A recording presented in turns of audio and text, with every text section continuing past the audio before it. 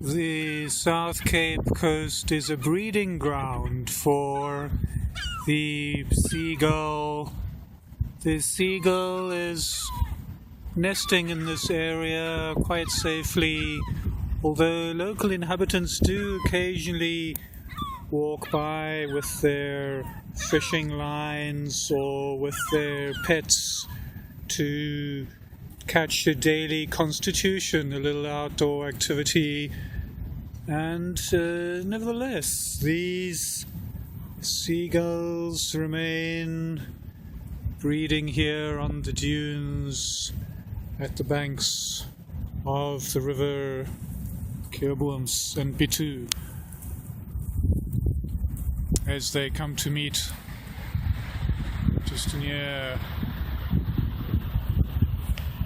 and flow out into the ocean once more.